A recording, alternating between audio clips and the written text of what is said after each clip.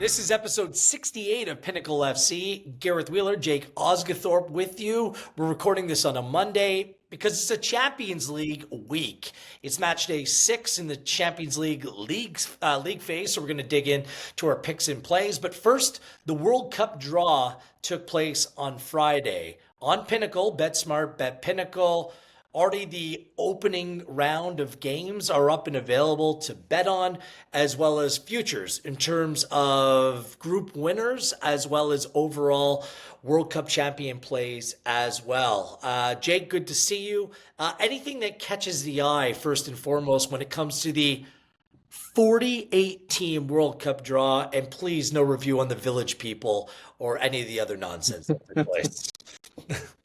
Yeah, none of the other silliness. It was vintage American, trying to make it all glam and glitz. Oh, that was not vintage anything, but go ahead. It was, yeah. I mean, we all turned up for a draw and ended up with a show. Yeah, I had to take a shower after it, honestly. I felt too cringe. Anyways, yes. Yeah, I mean, get used to it because I'm sure there's going to be more of it during the World Cup. Like Michael Buffer will be at every single game, no doubt, getting everybody ready. But yeah, like you said, it's way too early to kind of get involved. I mean, even now we know sort of some of the draw because they've expanded and we've got this extra round of 32 and we've got third place teams going through. It's really hard to kind of work out a bracket. Like I've just gone on a bracket website to try and set up a bracket, and it's really difficult to try and get because you don't know who's going to finish where in terms of the third place seedings as well. So yeah, I mean, there's some big movers in the market off the back of the draw, though. Ecuador were plus 10,000. They're now plus 6,600. Switzerland as well. They were about plus 10,000. They're now plus 7,800. So they both, I mean, Ecuador had a toughish draw. They're in with Germany, but Switzerland had a very kind draw on paper. I think they're a very good team as well. They've been slowly building. They'd definitely be a team to watch. They've reached the quarterfinals of the last few Euros, picked up a couple of scalps. That would be a team I'd be looking to get on side early. But just as a broader point, I do think that with that extra round, that extra knockout round, we might see a few more shocks at this World Cup than we have in recent years. I know generally World Cups do deliver shocks because you're talking one-off games and kind of anything can happen in a one-off game because of the volatility of football. But I think now you've got an extra round of that, you might see a few more shocks as well. It's just more opportunity for the lesser teams to potentially knock out, your Davids to knock out a Goliath over a 90-minute game where anything can happen. I mean, they could score directly from a corner and then just defend for their lives and somehow knock out Germany or Brazil. So that's definitely something I'm wary of, especially taking on some of the favourites at the top of the market because you've now got an extra game in the knockouts to get through, and it might look easy on paper against a so-called lesser team, but 90 minutes in what's probably going to be really hot weather, humid weather, and with empty stadiums, it's going to be hard. Yeah, a couple things jump off the page for me. Like there are competitive teams in this tournament, but like you can flush like 12 to 16 that probably won't get out of the group, and you're like, why are they in the World Cup to begin with? So some of the handicaps for this opening round of games. Germany, Curacao. Germany's favored by 3 3/4, 3.75.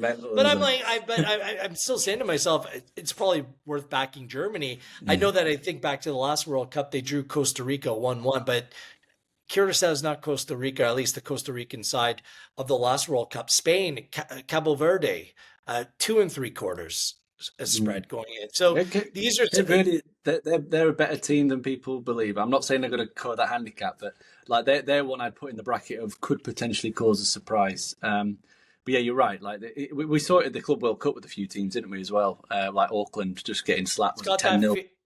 It's got that feel to it, and there could be some results like that. It's funny, the two countries you mentioned are the two that I wanted to just mention really quickly in terms of the futures plays on Pinnacle. Switzerland to win Group B at plus 150. I still think that's in a bettable range.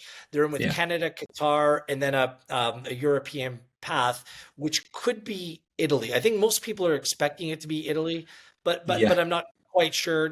They play Northern Ireland, then they play the winner of Wales and Bosnia. Yeah, and I mean, if Wales go through, then they got to go to Wales and win a game. It hasn't been a vintage campaign, but you're right. Switzerland, it's worth mentioning, have got out of the group I've gone to the knockout round in their last 6 major tournaments. The only other European country to do that is France. So they're a good tournament team. I think they Yeah. can play in different ways. I think the group sets up well for them. The other one was Ecuador, because this Germany side I still think has some questions to be asked about them.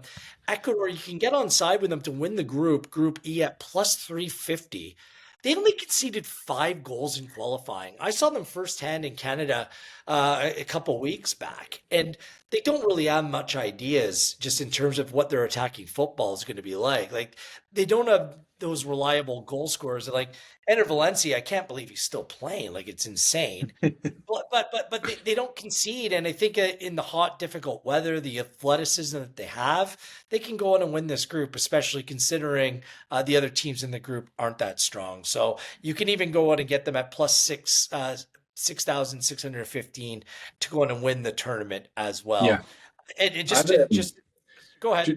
just off the back of that, I do think it might be worthwhile chancing a few outsiders to win the group as well, because you big. I mean, we don't know how this is going to Happens. but bigger nations might, because you can qualify as a third place team. Like, all you have to do is get out the group. Like, you don't know, you could win your group and end up with a worse path than if you finish third. You just don't know.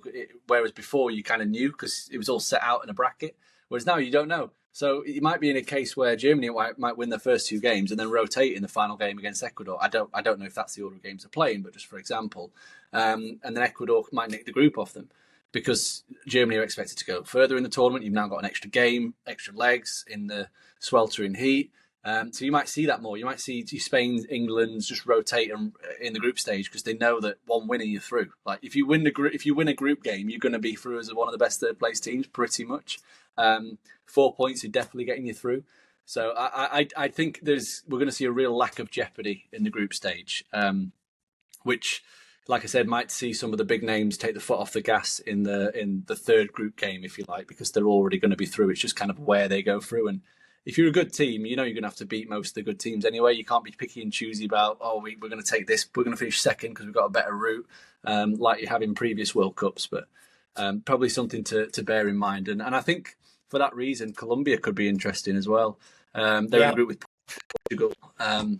Plus 150 to win that group. They're in with Uzbekistan and then a international, continental playoff winner. I think that's another one where you might be, taking the second favourite to kind of overturn the big European game. Colombia are going to have a lot of support as well, no doubt, travelling up from South America. Well, that's I was going to get to that. Just quickly on Switzerland, it also, for European-based nations, where they play is critical. Switzerland, I believe, are playing their games in Vancouver and San Francisco, like the Pacific Northwest, where the climate is less of a factor as well. So these sorts of things are going to matter. And we'll bring you more coverage as we lead into the World Cup. I was going to go the overall futures odds to go on and win this tournament. Colombia was the one nation that I circled, and I'm happy to bet on them at the number that it currently is, at plus 4,009. Okay, that's the 12th best odds, or the 12th in terms of odds. They're behind Italy, who hasn't even qualified for the tournament yet. That's shocking to me. Colombia finished joint third place in CONMEBOL qualifying. They have attacking talent. They're very good defensively as well. They're an accomplished team in the United States. They made it to the last Copa America final, and they were outstanding throughout, and they only lost to Argentina 1-0 in a final, which it was a little bit of a scrap, to be honest. Could have gone either way. So Colombia is the one country I'm like, just based upon the number and the number alone, that I'm looking at that it's worthwhile to make the bet. I think just playing in Canada, United States, and Mexico is going to suit those South American teams very well. So Ecuador, Colombia, Brazil, Argentina. It's going to be tough for Argentina to go back to back. But like the fact that the odds are way as far as they are, I have no problem backing Colombia at that number. So the only thing about the draw, the first and second place in that draw, Colombia, Portugal, I believe that they end up playing like the England. The runners up go down the same path as the England Croatia group. So just something to keep in mind, just when you're looking at potential paths. But Colombia was the one country for me, Jake, that they make a lot of sense to get behind.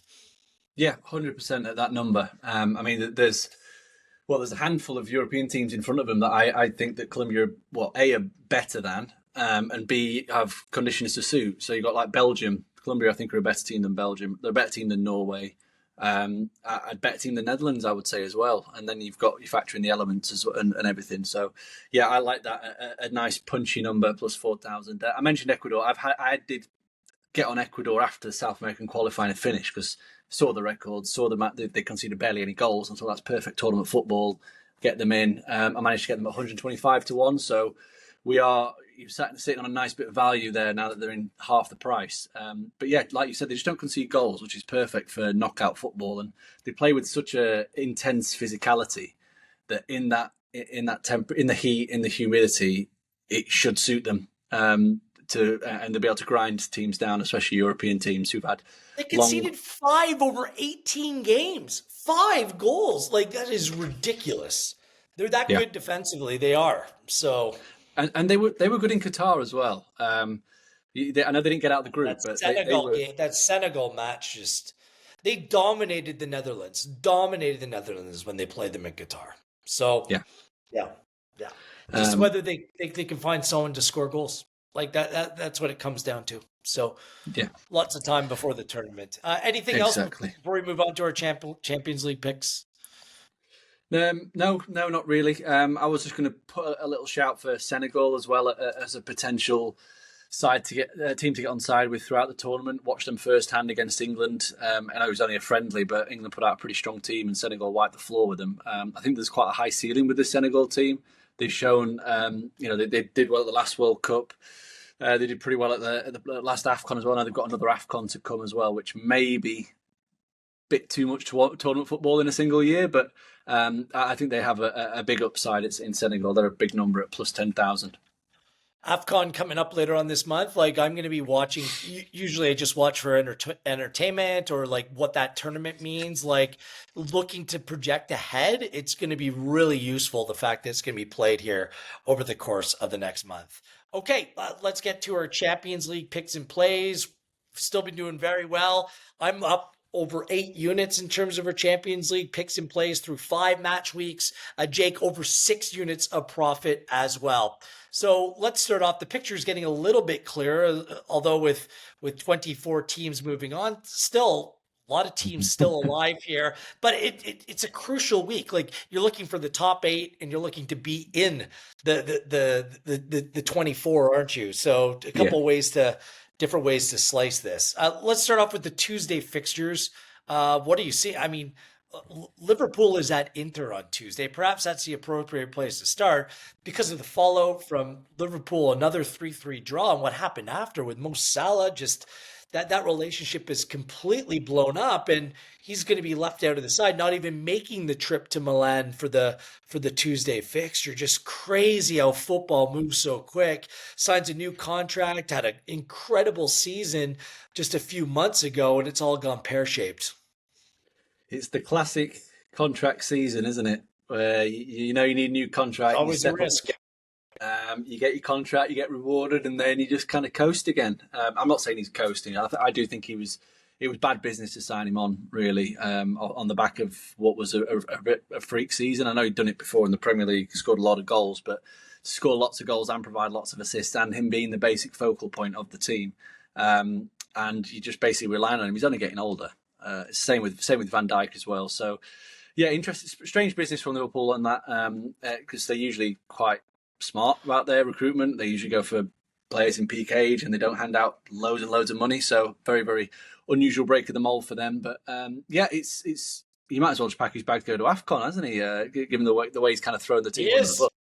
And probably Saudi Arabia after that. That's where I think this path is taking him. So it'd be interesting to see Liverpool's reaction. I don't know if it could be something that galvanises them. The fact that they provide them a bit of unity, I'm not too sure. But the bottom line is they can't defend. Doesn't matter, whether your best player comes out and kind of has a go at everybody, and apart from himself, and ultimately it's not going to help the team defensively, which is the main issue. They can't keep anybody out, be that from set pieces, transitions, direct football, and Inter are going to be bombarding them with all sorts. And you've got a strange scenario here where you've got Inter at plus 109. They are shortening. They were plus 112 about 20 minutes ago.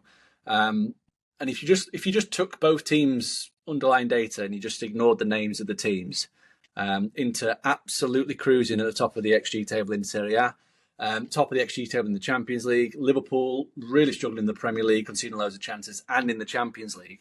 If you just took the data at face value without putting names next to them, you'd have Inter way shorter than this, way shorter, based on the underlying data, to the point where you're probably looking at minus 150 for a home win. So I do think there's value in Inter to win. My only question mark really is that Inter haven't been tested in the Champions League. They had a very kind schedule up to defeat to Atletico Madrid, but then again, we've seen Liverpool look really, really hopeless. Full stop. I mean, they've won 4 of the last 15 in all competitions. Obviously, the last Champions League game got turned over by PSV in what was a really, really poor game. So yeah, I just think straight up Inter to win. And don't mess around. I think Inter are the better team. I think the style of play in which Chibu's got them playing is very well suited to playing against Liverpool. And it's just going to be more misery for Liverpool in my mind.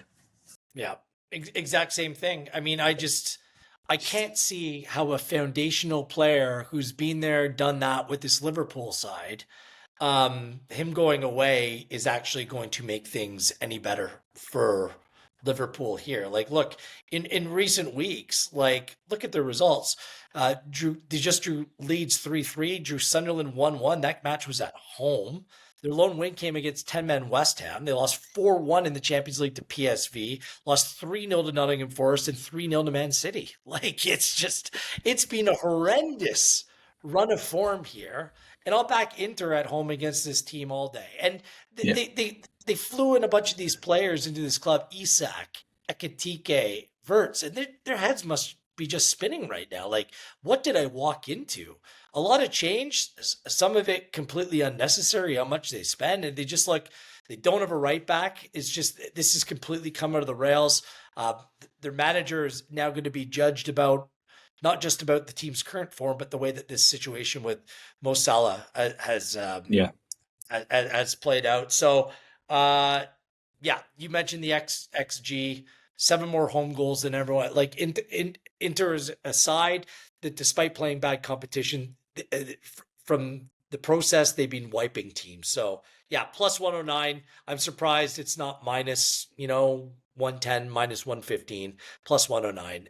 It's absolutely part of my betting, my betting picture this week. What else on Tuesday do you like? I think we've got to take a swing on PSV to beat Atletico Madrid. I know they went to Anfield, beat Liverpool comfortably. Good performance. And you're getting plus 210 for them to beat Atletico. And initially I was looking at this from a PSV being really good perspective, because they're unbeaten in 15. They're very hard side to beat. They create loads of chances, score loads of goals. But then if you look at Atletico Madrid away from home and how much they struggle, I think this is a no-brainer. This so far in the Liga, it's they've won 2, lost 3, drawn 3 away from home. In the Champions League, they've lost both of their away matches, admittedly at Anfield and the Emirates. But if you look last season in the Liga as well, they only won 8 of their 19 away games. And so far through their 8 La Liga away games, they've got a negative XG process. So they're conceding more chances than they're creating. And you go into a PSV team with the tails up, who have just put 4 past Liverpool. And I'm surprised that we're getting such a big price for the home win. I really think the book is are undervaluing and underestimating PSV and what they're capable of, given how poor Atletico are travelling. They're a really, really good side at home, Atletico Madrid. I definitely wouldn't go against them when they're playing at the in Madrid. But whenever they're travelling, I'm immediately looking to get against them, because the record just speaks for itself. Yeah, because they're a different Atletico Madrid team in previous years. Like, they're not built. The spine of the team, the defensive shape isn't what it used to be. So I think they tend to struggle away from home in this kind of adaptation or evolution of what their identity actually is. I was going to recommend PSV on the handicap. You can get them at a quarter of a goal, which means if it ends in a draw, you win half your bet. So at minus 104, I think that's a playable number as well. And remember, this PSV team went to Anfield last night, and we've documented the struggles of Liverpool. But to win that game 4-1, that's a result that absolutely jumped off the page. And they've been playing well, both across the board. So, all right, what else on Tuesday? Tuesday. I think it's going to be a goal fest in Barcelona, unsurprisingly. They are playing Frankfurt, so you've got two God, teams that are just Leipzig absolutely. put 6 up on them on the weekend, man. They are one of Yeah, the worst defense. Like if when you watch them, they are just so wide open. Like the Bundesliga isn't known for like these well-established, accomplished back lines, but this one is like Swiss cheese soft. It's unbelievable to watch. it really is. And the last place you want to be showing up if you're Frankfurt is Barcelona, who have, they are just flying in front of goal. They're creating loads and loads of chances. They're actually scoring 3.3 goals per home game this season across all competitions. So it's understandable why the goal line's set at 4. But yeah, you've just got to kind of box a little bit clever, really, because I fully fancy Barcelona to win this. I think they'll win it comfortably. But like I said, given the way in which Frankfurt defend and the way in which Barcelona attack, I think we just have to look at some slightly bigger prices and take a few bigger swings. So the first one I was looking at was Barcelona over their team total. The team total set 3.5, so it's a high line at plus 135. But they've scored 4 or more goals in 3 of the 10 home games in all competitions. And we've just seen Frankfurt. They went to Atletico Madrid and conceded 5. They went to Anfield and conceded. Liverpool's put 5 past them in Frankfurt, and they're conceding 2.6 expected goals against per game.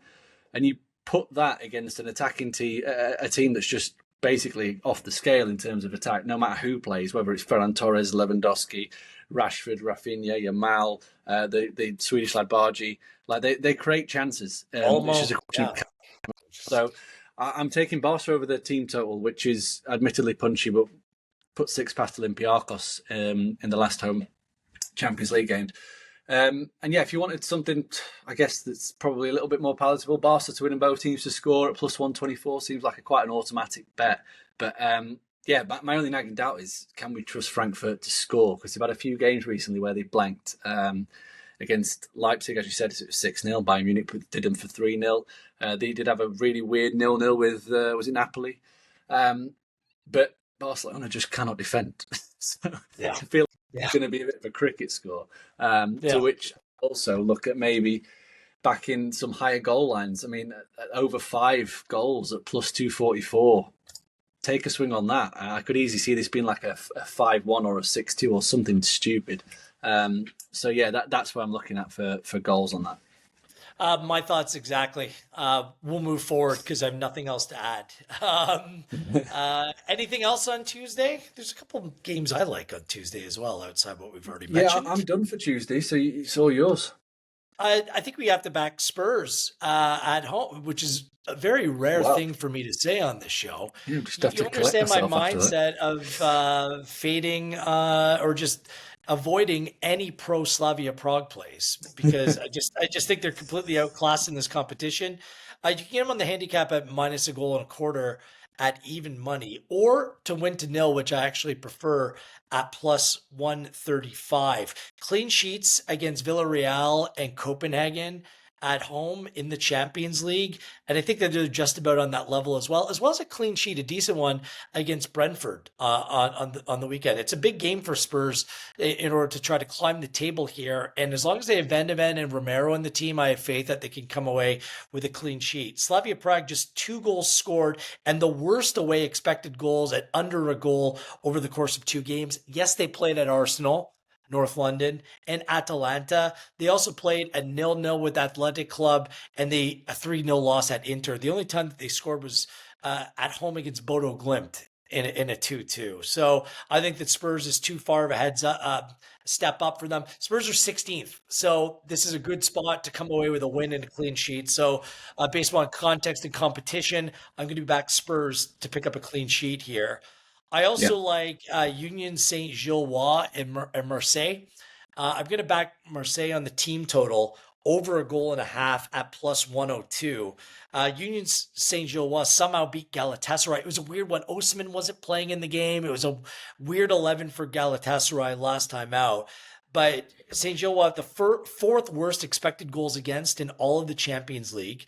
They've allowed 7.3 expected goals against in 2 home matches in the Champions League, both 4-0 losses at home to Newcastle and Inter.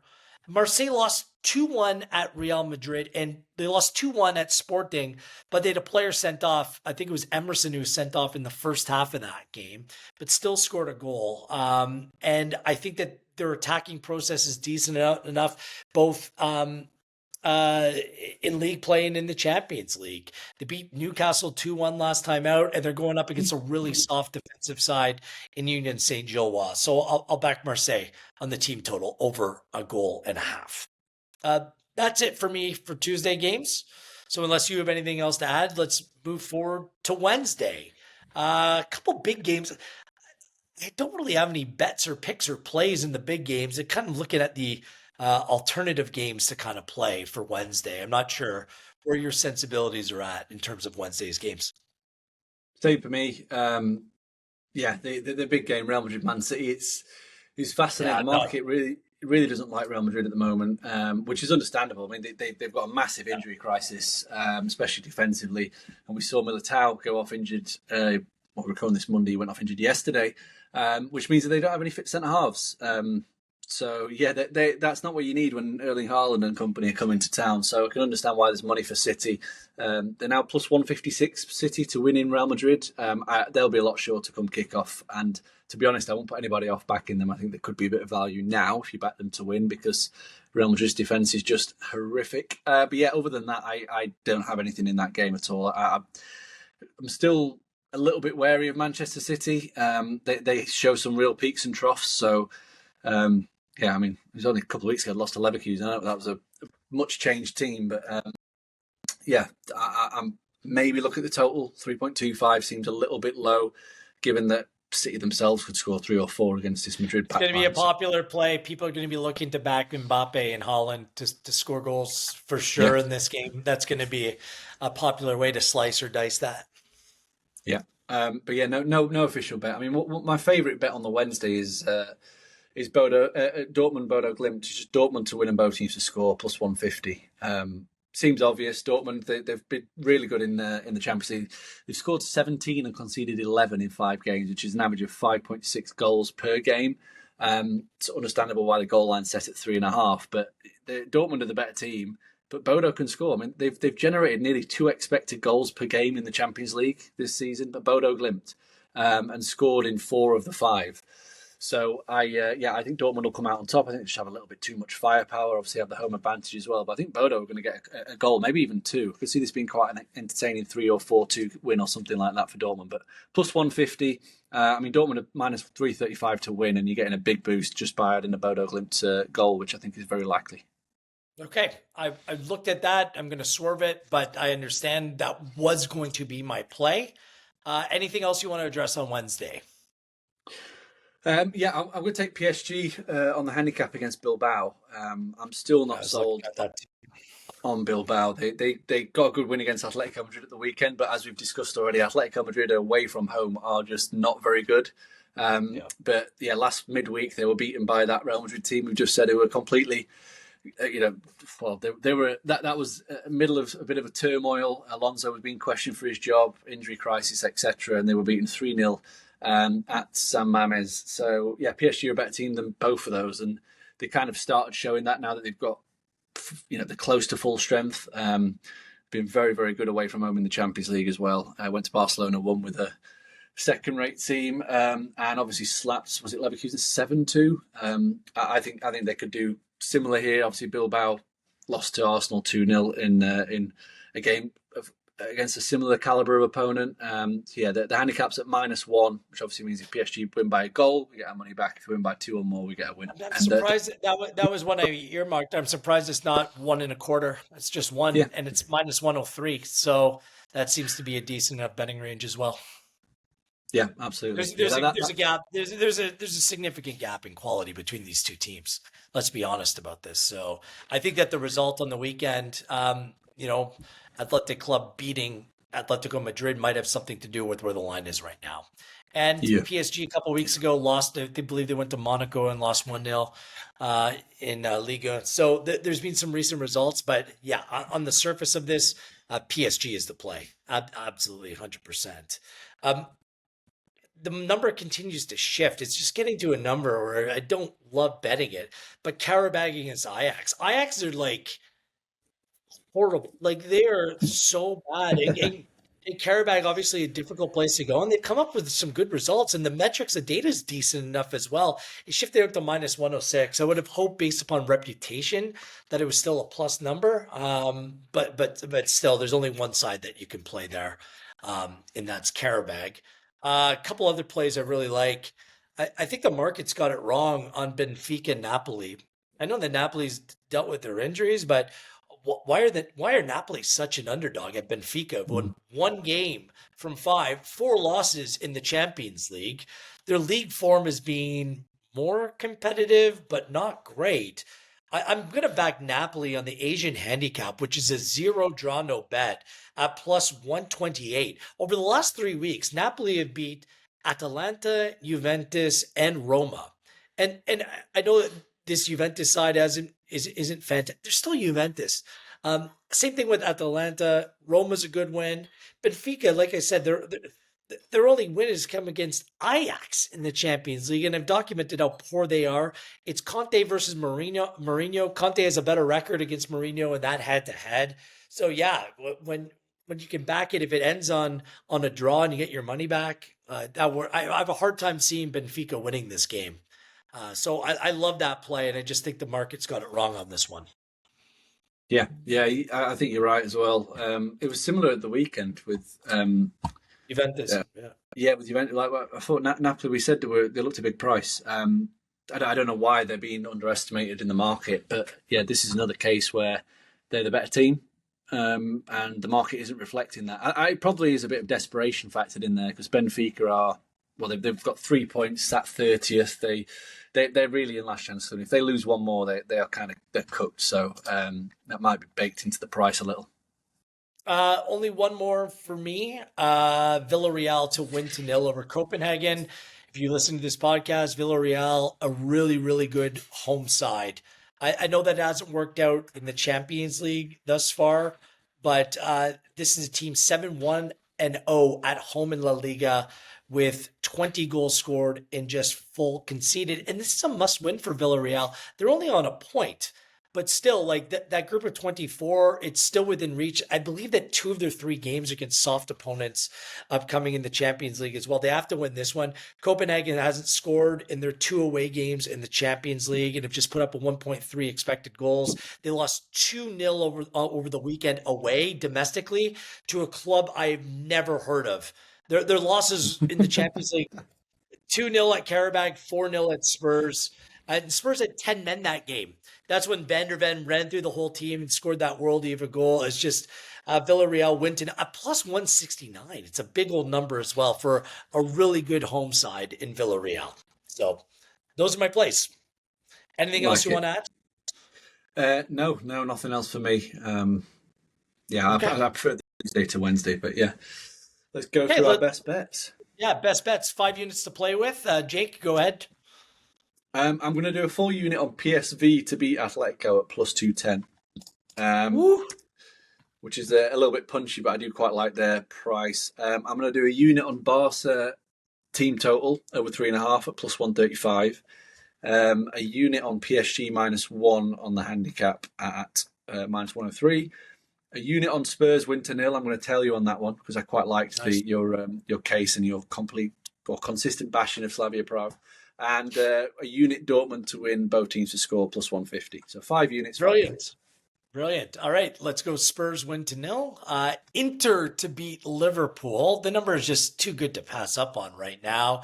Marseille over their team total at 1.5 at plus 102. Villarreal to beat Copenhagen 2-0 at home plus 169. And Napoli on the Asian handicap, the zero draw no bet at plus 128. Follow along across our social media accounts and wherever you listen or watch this podcast, please subscribe. Please hit the like button. It helps us out considerably. Best of luck, Jake. We'll see you in like 2 days' time for a regular weekly podcast. On behalf of Jake and everyone at Pinnacle, I am Gareth Wheeler, and this has been episode 68 of Pinnacle FC.